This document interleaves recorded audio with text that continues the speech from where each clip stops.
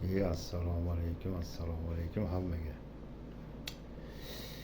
Mana xudo xohlasa 24 soatdan keyin Portugaliya O'zbekiston o'yini boshlanadi.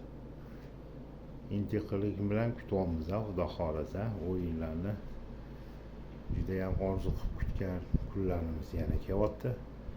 Xudo xohlasa O'zbekiston Portugaliya ustidan хотя бы 1-0 2-1 yutsa ham juda zo'r bo'lardi, keyingi bosqichlarga chiqardi.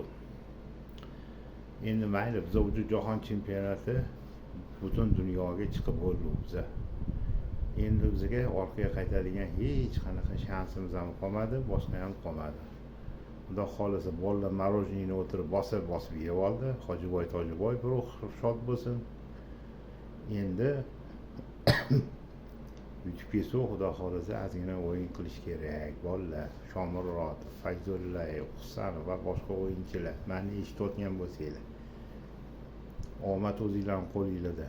Bundan keyin bundan ham zo'r omad kulib boqadi.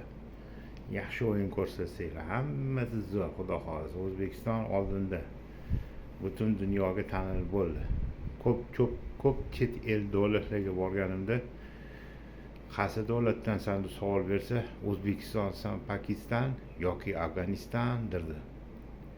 Mana endi O'zbekistonsa yaqqol tushunadigan bo'ladi endi. Xudo xohlasa yaqqol tushunadi.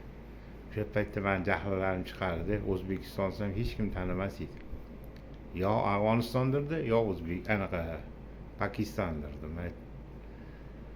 Xullas mana endi O'zbekiston ancha shu davlatlar ham tanib qoldi.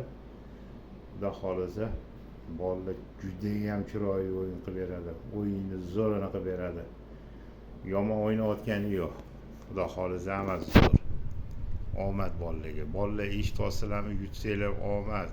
Sizlarga butun dunyodan sizlarga klient bo'ladi deydim hali. Mana ishqibozlaringiz ko'payib, yaxshi komanda, bundan ham zo'r komandalarda o'ynaysizlar bolalar.